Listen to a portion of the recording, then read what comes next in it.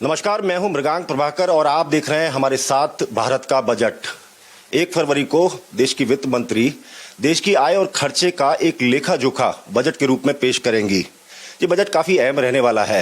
सबसे बड़ी बात तो ये है कि मोदी सरकार 3.0 मतलब तीसरी पारी का ये दूसरा बजट है और दूसरा ये कि वित्त मंत्री लगातार 8वीं बार बजट पेश करने जा रही हैं। लोगों को खास उम्मीदें हैं उनसे कि बजट में ऐसा क्या है कि लोक लुभावन जो बजट हो और आम आदमी की जो उम्मीदें हैं उनको उस पर वो खरा उतरे और राहत मिले। सबसे महत्वपूर्ण बात यह है कि सरकार के सामने इस बार चुनौतियां भी काफी हैं।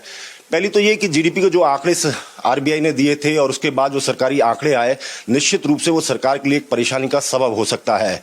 दूसरा ये कि जो फिस्कल डेफिसिट दिखाई दे रहा है कि सरकार इस बजट में उस फिस्कल डेफिसिट को कैसे कम करती है, ये भी एक सरकार के लिए एक बहुत बड़ी चुनौती होगी। लेकिन सब चीजों के बावजूद एक बात तो महत्वपूर्ण है कि लोग उम्मीद इस सरकार से ये कर रहे हैं कि इस बार कुछ टैक्स में जो है राहत उन्हें दी जाए, क्योंकि काफी लंबा समय हो गया जब से टैक्स में राहत नहीं मिली है।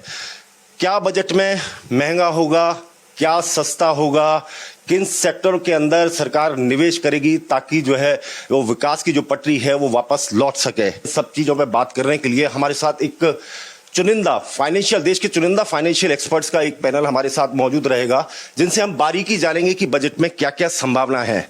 तो शुरू करते हैं सबसे पहले कि फिस्कल डेफिसिट को लेके कितनी बड़ी चुनौती रहने वाली है। तो हमारे साथ मौजूद है महुआ वेंकटेश, हमारे साथ मौजूद है। महुआ जी, सरकार की एक बड़ी चुनौती है फिस्कल डेफिसिट को लेके और उसमें उम्मीद की जा रही है कि कहीं ना कहीं उसका रिफ्लेक्शन साफ तौर पर दिखाई दे सकता है बजट के अंदर। आपको क्या लगता है? देखिए, फिस्कल डेफिसिट का जो टारगेट था लास्ट ईयर जो उन्होंने रखा था 4.9%, अभी ये उम्मीद है कि उससे भी शायद उसको स्टिफ कर दिया जाएगा, क्योंकि लास्ट ईयर ही निर्मला सीतारमण जी ने बताया था कि 4.5% will be the target. But at the same time अगर आप देखें तो ग्रोथ रेट जो है वो काफी कम हो गया है। 6.4% एक्सपेक्ट किया जा रहा है, 5 तो काफी कम हो गया। जो इकोनॉमिक सर्वे ने बताया था, जो एस्टिमेट किया था, उससे भी कम हो गया है। तो इसका रिफ्लेक्शन कहीं ना कहीं बजट के ऊपर दिखाई दे सकता है। एब्सोल्युटली, ये तो दिखाई देगा ही, क्योंकि ये एक्सपेक्टेशन है फाइनेंस मिनिस्टर से कि जो मिडिल क्लास है, जो आम आदमी है, वो सबसे ज्यादा परेशान है प्राइस राइज से, इन्फ्लेशन से। उनका सैलरी उतना नहीं बढ़ा है जितना इन्फ्लेशन बढ़ा है। तो उम्मीद ये है कि जो आम आदमी है उनके टैक्स उसमें इतना ट्वीक किया जाएगा कि उनके हाथ में ज्यादा पैसा हो, क्योंकि कंजम्पशन बढ़ाना पड़ेगा। एक तरफ ये भी दिखाई दे रहा है कि जो अभी रिपोर्ट्स हम रिसेंटली देख रहे हैं कि रूरल कंजप्शन बढ़ा है और अर्बन कंजप्शन जो है वो कम हुआ है। तो कहीं उसको जो डिस्पैरिटी साफ तौर पे दिखाई दे रही है उसको कवर अप करने के लिए सरकार बिल्कुल टैक्स में राहत, क्योंकि लोग उम्मीद भी कर रहे हैं और सुनने भी आ रहा है कि टैक्स इस बार सरकार राहत दे सकती है। तो आम आदमी का जो थ्रस्ट है वो इन ऑल लाइकलीहुड वो होगा, ठीक है। टैक्स का कुछ ट्वीकिंग होगा, मतलब इवन जो अपर क्लास हैं, जो सुपर रिच या रिच हैं, उनका भी ये मानना मतलब ऐसा माना जा रहा है कि उनके लिए भी टैक्स का और कोई बढ़ोतरी नहीं होगा टैक्स उसमें। ये जो है उनको टैक्स नेट बढ़ाना पड़ेगा, क्योंकि जो टैक्स दे रहे हैं उससे ज्यादा टैक्स आप नहीं कर सकते हैं। अगर आप सुपर रिच का भी लेंगे तो ऑलमोस्ट 50% टैक्स है विद सरचार्ज एंड ऑल। ऐसा नहीं है कि जैसे माना जाता है कि super rich are having all the fun in the world, ऐसी बात नहीं है। मतलब they are also paying tax. So the thing is, आपको मतलब जो finance minister probably will do is कि जो टैक्स रेट है वो definitely for the lower income group उनको कुछ राहत मिलेगा। टैक्स स्लैब में आप कैसे चेंजेस देख रहे हैं? मतलब कि किस साइड में जा सकता है कि स्टैंडर्ड डिडक्शन बढ़ाया जा सकता है जो अभी जो स्थिति है? अच्छा, एक सवाल मुझे ये भी पूछना था कि जो ओल्ड रिजीम है वो क्या इस बार पूरा खत्म कर दिया जाएगा, न्यू रिजीम के अंदर ही कुछ चेंजेस किए जाएंगे, कुछ इस तरह की संभावना दिखाई दे रही है? तो फोकस तो न्यू रेजिम पे ही होगा। अगर आप लास्ट ईयर का भी बजट देखें तो जो ओल्ड रेजिम है उसमें कुछ भी वो नहीं था। और जो वित्त मंत्रालय का टारगेट है कि ज्यादा से ज्यादा टैक्स पेयर्स न्यू रेजिम में आए, तो वो तो है ही। तो जो भी है, जो भी बेनिफिट्स है, जो भी घटौती होगा वो ज्यादातर न्यू रेजिम में ही होगा। आप ओल्ड रेजिम को भूल ही जाइए, क्योंकि ओल्ड रेजिम धीरे धीरे है कि हाँ उसको ऑब्सोलेट, मतलब धीरे धीरे it has to be phased out. तो द थ्रस्ट अगर आप देखें, मतलब in very short this thing, GDP growth को बढ़ाना है, क्योंकि ग्रोथ आपका बहुत ग्रोथ रेट कम हो गया है। आपको बता दूं, महुआ वेंकटेश जो है टैक्सेशन और बैंकिंग के मामले में ये समझ लें कि देश के चुनिंदा पत्रकारों में और फाइनेंशियल एक्सपर्ट्स में इनकी गिनती होती है, और जिस तरह से ये जानकारी दे रही है कि टैक्स की सेविंग्स के लिए या न्यू रेजिम में जो सरकार जो चेंजेस कर सकती है उसके अंदर, तो मुझे लगता है कि इस बार कहीं ना कहीं एक आम आदमी को राहत मिलती हुई दिखाई दे रही है। वो कितनी बड़ी होगी ये तो अभी कहना मुश्किल है, लेकिन सरकार के सामने एक बड़ी चुनौती और है कि रोजगार सृजन के मामले में, कि रोजगार सृजन लगातार विपक्ष जो है हमलावर रहा है सरकार के ऊपर, कि किस तरह से जो है जो नौकरियों का मामला है कि वो किस तरह से बढ़ाई जाए। तो उन सेक्टर्स के लिए किस किस सेक्टर्स में निवेश किया जा सकता है। हमारे साथ मौजूद हैं अभिजीत मुखोपाध्याय भी हमारे साथ मौजूद हैं, और पूरी पैनी नजर रखते हैं भारतीय अर्थव्यवस्था के ऊपर। इस बार आपको क्या लग रहा है कि एम्प्लॉयमेंट जनरेशन सरकार के लिए एक बहुत बड़ा जो है ये से कहते हैं इशू है, वो किस तरह से किन किन सेक्टर्स में निवेश किया जा सकता है ताकि एम्प्लॉयमेंट जनरेशन किया जाए, वो बजट में किस तरह से रिफ्लेक्ट होगा? देखिए कि सेक्टर वाइज क्या होगा ये तो कहना बहुत मुश्किल काम है। ये अभी तो वो एक हम लोग थोड़ा सा वो कॉन्जेक्चरल कुछ बातें ही कर सकते हैं, लेकिन अगर ठोस बातें किया जाए तो लास्ट ईयर में 2-3 चीजें किया गया था, खास करके 3 चीज उसमें आया था कि मेरे हाथ में जो है मैं वो वही देख ही रहा हूँ। क्योंकि एक सबसे बड़ा था कि एक इंटर्नशिप बनाया गया था टॉप कंपनीज के लिए। ये बोला गया था कि 1 साल का इंटर्नशिप 500 टॉप कंपनी में, और ये 5 साल में 1 करोड़ युवा को दिया जाएगा। रोजगार मतलब क्या, उन लोगों को एक एक्सपीरियंस दिया जाएगा 1 साल के लिए। बेसिकली यही मतलब आइडिया यही था कि 1 साल के लिए दिया जाएगा, और एक मंथली अलाउंस 5,000 रुपए का, और एक वन टाइम असिस्टेंस पूरे सालाना जो है 6,000 रुपए का वो दिया जाएगा। कंपनीज जो है वो ट्रेनिंग कॉस्ट और 10% इंटर्नशिप कॉस्ट बेयर करेंगे अपने कॉर्पोरेट सोशल रिस्पॉन्सिबिलिटी फंड में से। बाकी पैसा सरकार से दिया जाएगा सब्सिडी के तौर पे।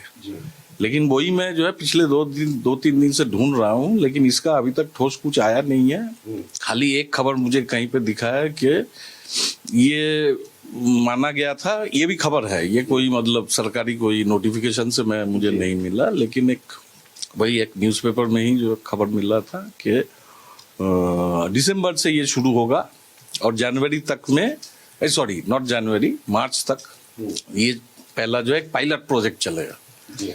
अब वो पायलट में क्या होगा क्या नहीं हुआ, अभी मार्च तो हुआ है नहीं, तो अभी तो खत्म भी नहीं हुआ है। तो ये जो है ये पिछले साल का मतलब, क्योंकि पिछले साल चुनाव था और ये जुलाई में फुल बजट आया, और फुल बजट में ये सारे प्रपोजल आया है, तो इसका क्या असर है या नहीं, ये सारे जितने भी सवाल है उसका अभी मतलब कोई क्लियर पिक्चर नहीं है कि क्या मतलब सरकार का क्या थ्रस्ट है बजट में ऊपर रहने वाला है। वो तो है ही, और मैन्युफैक्चरिंग में भी वो तरह का जो है वो ईपीएफओ में जो कंट्रीब्यूशन है उसमें थोड़ा जो सरकार दे देंगे, इस तरीके की बात हुई थी। अभी महुआ से बात कर रहे थे तो महुआ ने साफ तौर पे कहा कि जिस तरह से जो फिस्कल डेफिसिट है वो चैलेंज सरकार के लिए रहने वाला है। तो आपको नहीं लगता कि मैन्युफैक्चरिंग सेक्टर के अंदर शायद सरकार कुछ R&D वगैरह के लिए कुछ बढ़ावा दे, ताकि जो है जो विकास की पटरी है, जो दर सरकार ने निश्चित वो पटरी पे लौट सके? ऐसा कुछ हो सकता है क्या? R&D में देना तो चाहिए, लेकिन बजट में आप एक बहुत ज्यादा से ज्यादा आप ये कर सकते हो कि आप कुछ इंसेंटिव दे सकते हो, पॉलिसी लेवल आप एक पॉलिसी सेट कर सकते हो। बजट में सरकार डायरेक्टली R&D के लिए पैसा देना सब्सटेंशियल अमाउंट, PLI में कुछ कर सकती है सरकार। हाँ, सब्सटेंशियल अमाउंट बहुत दिनों से बंद कर दिया है। यही हो सकता है कि अगर आप कोई कंपनी R&D में कुछ खर्चा कर रहे हैं, आप उनको कुछ बेनिफिट देंगे, आप कुछ टैक्स ऑफसेट देंगे या उस तरीके का और कुछ देंगे, ताकि कंपनी के लिए भी एक इंसेंटिव बने कि वो R&D में कुछ पैसा खर्चा करे। ये वाला मामला है। और दूसरा आपने क्या बताया? नहीं, मैं यही पूछ रहा था कि सरकार क्या R&D के अंदर जो है ज्यादा एलोकेशंस कर सकती है ताकि जो फिस्कल डेफिसिट दिखाई दे रहा है वो बढ़े, या PLI स्कीम्स के अंदर सरकार और एलोकेशंस करें और मैन्युफैक्चरिंग सेक्टर्स के अंदर जाए, ताकि वहां से जो है वो जो विकास जो सरकार ने टारगेट किया है, जो दर तय की है, वो कम से कम उसको तो अचीव कर लें। इसके अंदर वो दिखाई देगा क्या इस बार मैन्युफैक्चरिंग वगैरह को बढ़ावा देते हुए?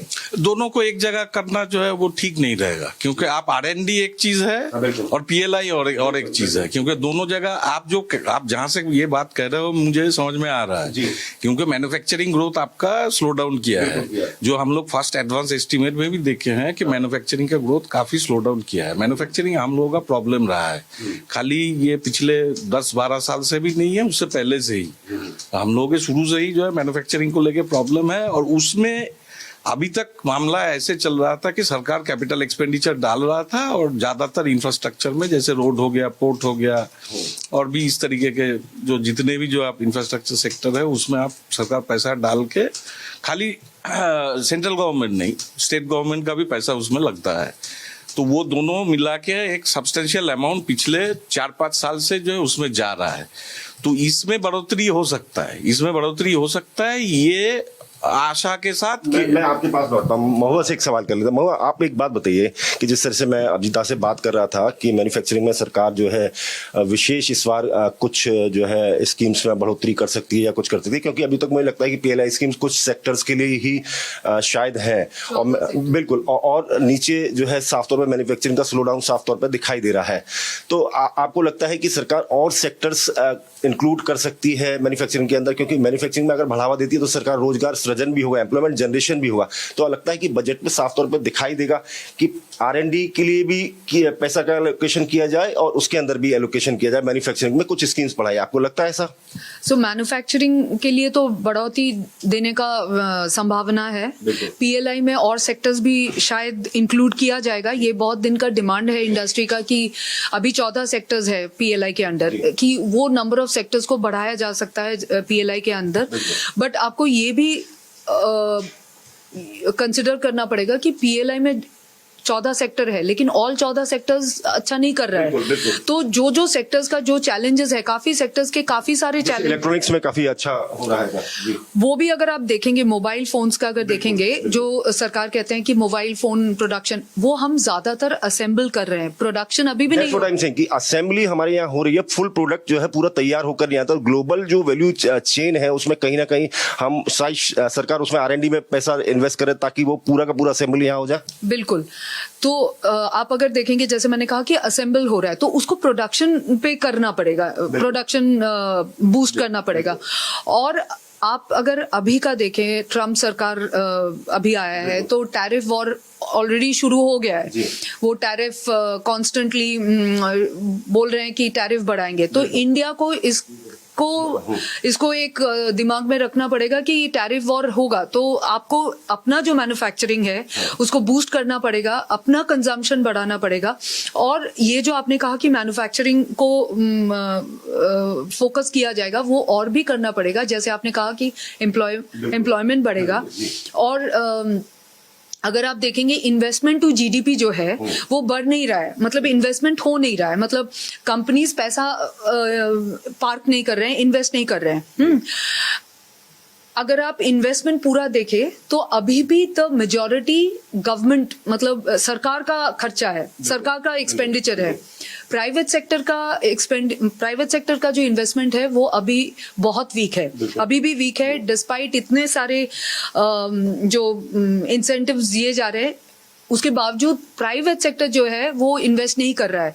तो the government has to focus कि ये प्राइवेट सेक्टर कैसे ज्यादा इन्वेस्ट करेगा, क्योंकि देखो government has to think about fiscal deficit. वो कितना, गवर्नमेंट कैन नॉट इन्वेस्ट। क्या सस्ता हो सकता है, क्या महंगा हो सकता है, वो कौन से सेक्टर्स हैं जहां सरकार निवेश करेगी, और कैसे लोगों को उस साफ तौर पर उन सारी चीजों का फायदा होगा। सेजल भी हमारे साथ मौजूद है, सेजल से बात करेंगे कि AI जो है, जो आर्टिफिशियल इंटेलिजेंस है, वो सरकार के लिए जो हमेशा से क्योंकि सारी इकोनॉमी जो है डिजिटल हो रही है धीरे धीरे, तो सरकार का फोकस जो है स्पेशली काफी जो है आर्टिफिशियल इंटेलिजेंस के ऊपर रहा है। सेजल, ये बताइए कि आर्टिफिशियल इंटेलिजेंस के ऊपर ये बजट में किस तरह से चीजें देखने को मिल सकती हैं? ये एक्सपेक्टेड है कि इस बजट में आर्टिफिशियल इंटेलिजेंस, निर्मला सीतारमन इसके बारे में बात करेंगी कि जो जॉब लॉसेस हो रहे हैं उनको एड्रेस ज़रूर करेंगी। बट अभी गवर्नमेंट का जो मेन फोकस है एआई में वो है अफोर्डेबल एआई इंफ्रास्ट्रक्चर प्रोवाइड करना उन लोगों को जो स्टार्टअप्स हैं, जो अंडर प्रिविलेज्ड हैं इन द सेंस जिनके पास एआई चिप्स नहीं हैं, जीपीयूज़ का एक्सेस नहीं है। तो जो गवर्नमेंट है under the India AI mission जो लास्ट ईयर लॉन्च हुआ था, जिसके अंदर उन्होंने पिछले बजट में 550 करोड़ रुपीस अलॉट भी किए थे, तो वो उसके थ्रू इंडिया का जीपीयू इंफ्रास्ट्रक्चर, एआई इंफ्रास्ट्रक्चर बढ़ाना चाहते हैं। जीपीयू इसलिए बिकॉज जीपीयू फाउंडेशन है एआई का, उसके बिना आप कोई मॉडल को ट्रेन नहीं कर सकते। आप एआई के अंडर आपको, और वो बहुत महंगे भी आते हैं, और इसके लिए अभी जो गवर्नमेंट काम कर रही है, specifically ministry of electronics and information technology, वो 10,000 जीपीयूज़ को प्रिक्योर करने में अभी लगी हुई है। उन बहुत इंटरेस्ट भी आया है उनके पास।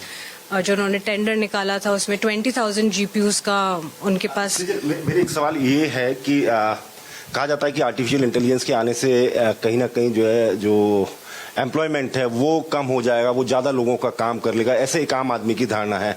सरकार अगर R&D में इतना सारा पैसा लगा रही है तो उसमें रोजगार सृजन नहीं कैसे हो सकता है? मतलब उसको चलाने के लिए लोग नहीं चाहिए होंगे, तो कहीं ना कहीं ये भी देखने को मिलता है कि वो जो है लोगों का काम भी कम कर देगा।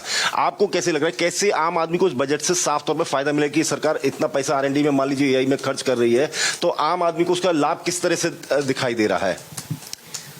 सरकार का R&D में जो एक्सपेंस है, जो भी वो बजट एलोकेट करते हैं, वो कंपैरेटिवली काफ़ी कम है। मतलब वो सिर्फ 0.64% ऑफ GDP वो मतलब एलोकेट करते हैं R&D में, जबकि जो बाकी की कंट्रीज़ हैं जैसे चाइना हो गई, US हो गई, वो 2 to 3% करती हैं। तो उसमें एक गवर्नमेंट को थोड़ा और बढ़ावा देना चाहिए R&D में। जहाँ तक अनएम्प्लॉयमेंट की बात है, एआई अभी काफ़ी नेसेंट स्टेज पे है, काफ़ी अभी इंडिया में काफ़ी नेसेंट स्टेज पे है। तो हाँ, डेफिनेटली जॉब्स पे काफ़ी इफेक्ट है, बिकॉज एआई की वजह से ऑटोमेशन काफ़ी आ गया है। और जो बैक एंड जॉब्स हैं, जैसे आपकी कॉल सेंटर वाली जॉब्स हो गई, फिर उसके बाद बैंक्स में भी जो बैक एंड में होती है, उन पे काफ़ी इफेक्ट पड़ेगा। और कोडर्स, सॉफ्टवेयर कोडर्स जो होते हैं, उनकी जॉब से भी काफ़ी इफेक्ट पड़ सकता है। But it is the need of the hour, जरूरत तो है। इंडिया रियली नीड्स टू मतलब step up and invest more. मतलब गवर्नमेंट को और एलोकेट करना चाहिए। उन्होंने इंडिया एआई मिशन में over 10,000 करोड़ प्रॉमिस किए थे लास्ट ईयर, तो इस साल और उनको एलोकेट करना चाहिए। तो पवन जी से मैं एक सवाल और लूंगा। पवन जी, एक सवाल मैं आपसे जानना चाहता हूँ, क्योंकि आप फार्मास्यूटिकल एक लंबे समय से कवर करते रहे हैं और ये फार्मास्यूटिकल सेक्टर में साफ तौर पे दिखाई दे कि इंडिया जो है एक लीडर के रूप में भारत उभर रहा है। लगातार मांग हो रही थी कि जो कैंसर से रिलेटेड दवाइयाँ हैं वो तो GST में भी मांग उठी थी इस बात की कि उसमें जो है कमी की जाए। आपको क्या लग रहा है कि कुछ फंड एलोकेशंस जो है स्पेशली और इस क्षेत्रों के अंदर फार्मास्यूटिकल्स में दिखाई दे सकते हैं आपको? देखिए, फार्मा में फंड समस्या नहीं है। सरकार के लिए फार्मा में फंड की व्यवस्था हो, ये सरकार की न जरूरत है, नहीं सरकार की प्राथमिकता है। फार्मा में जो जरूरी बात है वो ये कि देश की इमेज कैसे बेहतर हो। आप समझिए कि हमारी फार्मा में जो इमेज है वो थोड़ी खराब हुई है, लेकिन भारत सरकार ने उस पर बहुत काम किया है पिछले 1-1.5 साल में। खासकर उन जगहों पे जहाँ पे हम लोग एक्सपोर्ट करते हैं, 2-4 इंसिडेंट्स भी हुए।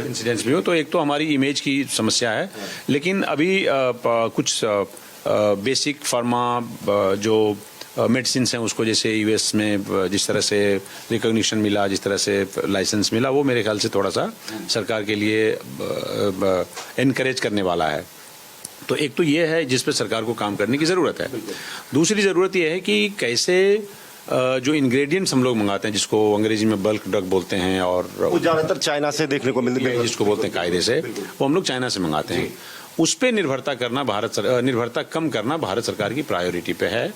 इस पे अगर बजट में कुछ आएगा, जो कि आना चाहिए ऐसा मैं समझता हूँ, तो ये देश के लिए अच्छा है, ये सेक्टर के लिए अच्छा है, और ये सरकार की प्राथमिकता है। सरकार बोलती भले ना हो, पर वो इस बात के लिए लगातार उसके लिए क्लेश की वजह है कि हम चाइना पे इतना क्यों डिपेंडेंट है। अगर चाइना कल को चाहे, जिससे अभी क्रिटिकल मिनरल्स में जैसे उसने अमेरिका के साथ किया कि उसने बिल्कुल बैन कर दिया, ठीक उसी प्रकार से कल को अगर बल्क ड्रग चाइना सप्लाई अगर बंद कर देता है या कम कर देता है तो हमारी फार्मा सेक्टर के कम्पिटिटिवनेस का क्या होगा। तो इस पे बजट में किए जाने की जरूरत है मेरे ख्याल से।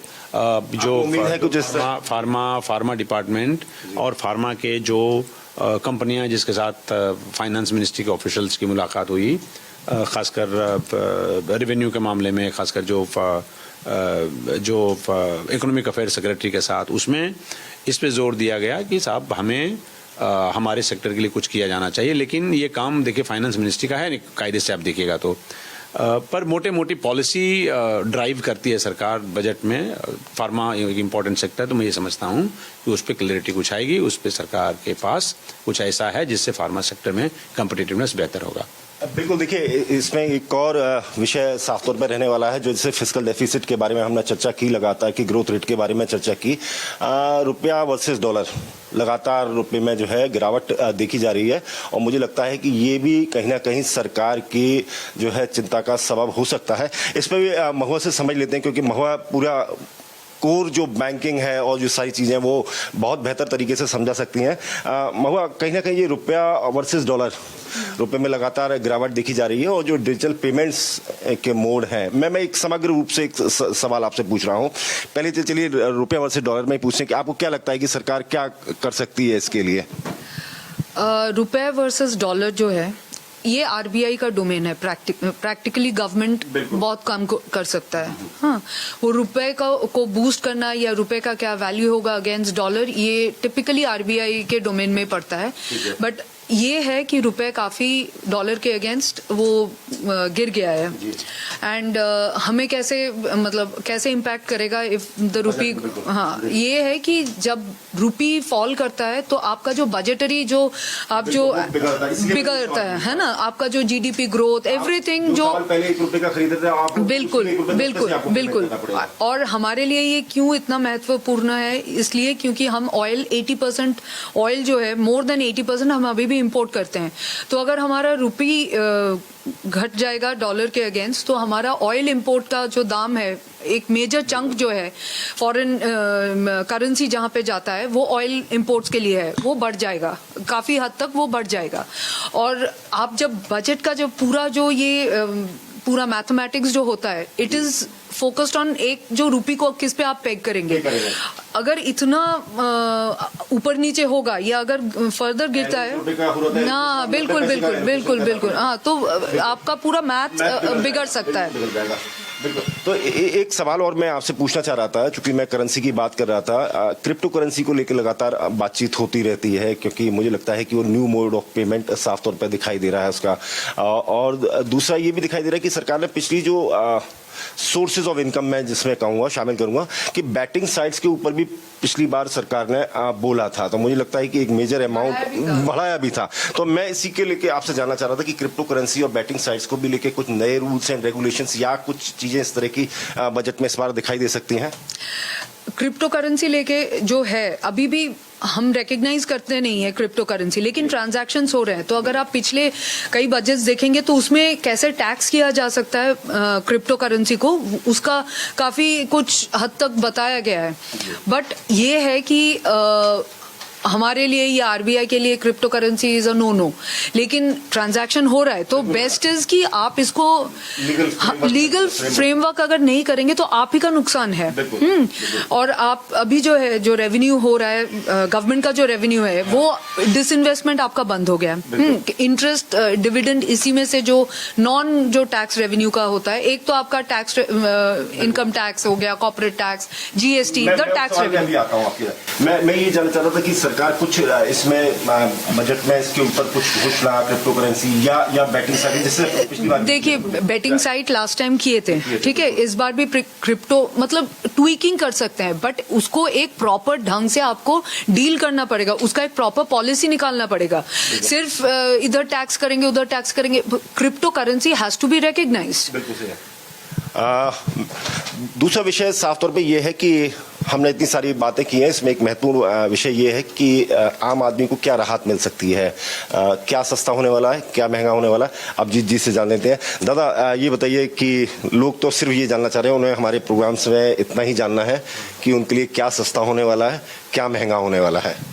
ये तो कहना बहुत मुश्किल है मेरे लिए, लेकिन मुझे जहां तक लगता है कि जैसे अभी तक जो बातचीत हो भी रही थी, क्योंकि एक पीएलआई में खास करके आप जैसे खुद भी बता रहे थे कि वो इलेक्ट्रॉनिक सेक्टर अच्छा कर रहा है विद इन द पीएलआई, और जो महुआ कह रही थी विच इज एब्सोल्युटली, मतलब इलेक्ट्रॉनिक्स के सामान सस्ते हो सकते हैं, हो सकते हैं। ये मुझे लगता है कम से कम इकोनॉमिक के हिसाब से अगर देखा जाए चीजों को, हाँ, तो उसके हिसाब से जो पीएलआई सेक्टर आपका अच्छा कर रहा है उसमें थोड़ा बहुत इंसेंटिव अगर आप दोगे तो वो आपका वो सक्सेस स्टोरी ऊपर जा भी सकता है। लेकिन साथ ही साथ ये भी है, क्योंकि कुछ और भी डिमांड्स तो आए हुए हैं, क्योंकि एक डिमांड्स ये भी आया हुआ है कि जो हम लोग पेट्रो प्रोडक्ट्स, मतलब जो जितने भी ऑयल प्रोडक्ट्स हम लोग, सीआईए ने भी मांग की थी कि जो पेट्रोल प्रोडक्ट्स हैं उसके ऊपर जो है एक्साइज ड्यूटी कम किया जाए, एक्साइज ड्यूटी कम किया जाए, क्योंकि आपके थोड़ा सा इन्फ्लेशनरी प्रेशर भी है, क्योंकि आपके ऊपर जो है महंगाई थोड़ा सा हावी भी है। ये मतलब मैं नहीं कह रहा हूँ, ये सरकार और आरबीआई दोनों ही कर रहे हैं, तो वो पूरा का पूरा हम लोग को छुटकारा मिला नहीं है। तो जैसे जैसे ये है तो उसमें क्या होता है कि अगर पेट्रोल में ये एक्चुअली आज का डिमांड नहीं है, पिछले 2-3 साल से लोग मांग हो रही है, तो इस बार होगा या नहीं मुझे पता नहीं, लेकिन हर बार ही लगता है कि इसका तो एक चांसेस होता रहता है। लेकिन दिक्कत यह है कि वहां से आपको जो आप शुरुआत में जो बोल रहे थे कि पैसा कहीं से तो लाना भी तो पड़ेगा ना, क्योंकि सबको चाहिए पैसा, लेकिन अगर मतलब जो है उतना सबको तो पैसा मिलेगा नहीं, और सबको अगर नहीं पैसा मिलेगा तो ऑब्वियसली जो है जगह जगह में बारीकी से जो है वो देखा जाएगा कि कहाँ पे पैसा डालने से कुछ फायदा हो सकता है। तो आप सही हो इस मामले में कि जो पीएलआई में जो सेक्टर अच्छा कर रहा है, खास करके जो आपके इलेक्ट्रॉनिक्स है उसमें हो सकता है। और ये साल ये भी इम्पोर्टेंट है, ये देखने लायक चीज होगा कि इस साल में सेमीकंडक्टर चिप में हम लोगों के पास जो 3-4 जो बड़े बड़े प्रोजेक्ट्स है उसका सारे प्रोडक्शन शुरू होने वाला है by the year and. Employment generation उसके अंदर होगा, अब होना तो चाहिए, लेकिन मतलब जो इतना बड़े तादाद में तो नहीं होगा कि जिसमें आप ताइवान चाइना के ऊपर आत्मनिर्भरता जो है कम होगी उसके अंदर निर्भरता। वो ये अभी it is too early to say, क्योंकि आप पहले प्रोडक्शन तो होने दीजिए, तो उसके बाद जो है देखा जाएगा। तो हो सकता है कि इसमें भी जो सामान इंपोर्ट के लिए चाहिए होता है, खास करके रॉ मटेरियल, उसमें भी कुछ खास करके जो कस्टम्स ड्यूटी जो है थोड़ा सा हल्का सा जो है वहां से कम हो सकता है। पवन जी से जानते हैं। पवन जी, बहुत सारी बातें की हैं, बहुत सारी फाइनेंस की चीज़ें समझ ली कि किन किन सेक्टर्स में सरकार निवेश कर सकती है, किन किन सेक्टरों में सरकार का थ्रस्ट रहने वाला है। आम आदमी जानना चाह रहा है, आपको क्या लगता है कि क्या क्या सस्ता होगा उसके लिए और क्या क्या महंगा होगा, कि महंगा होगा, क्योंकि महंगाई भी सरकार के सामने एक बड़ी चुनौती है। तो आपके हिसाब से बजट में क्या राहत आम आदमी को मिलती हुई दिखाई दे सकती है इस बार? देखिए, ये बहुत मतलब एक ऐसा विषय है जिसपे जितना बोला जाए कम है।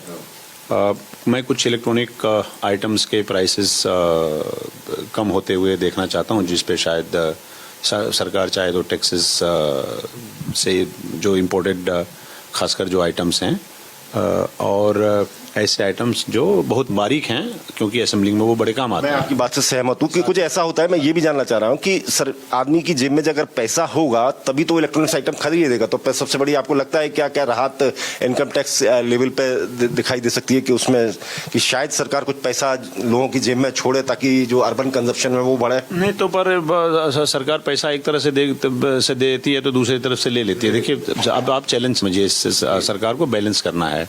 इलेक्ट्रिक व्हीकल्स वगैरह में सरकार स्पेशल फोकस रख सकती है, क्योंकि इससे शायद जो पेमेंट किया जा रहा है फ्यूल के लिए उसमें शायद कमी हो। तो क्या कार वार सस्ती हो सकती है इलेक्ट्रिक व्हीकल से? कुछ ऐसा देखने को मिल सकता है, ऐसे इंडिकेटर्स दिखाई दे रहे हैं क्या?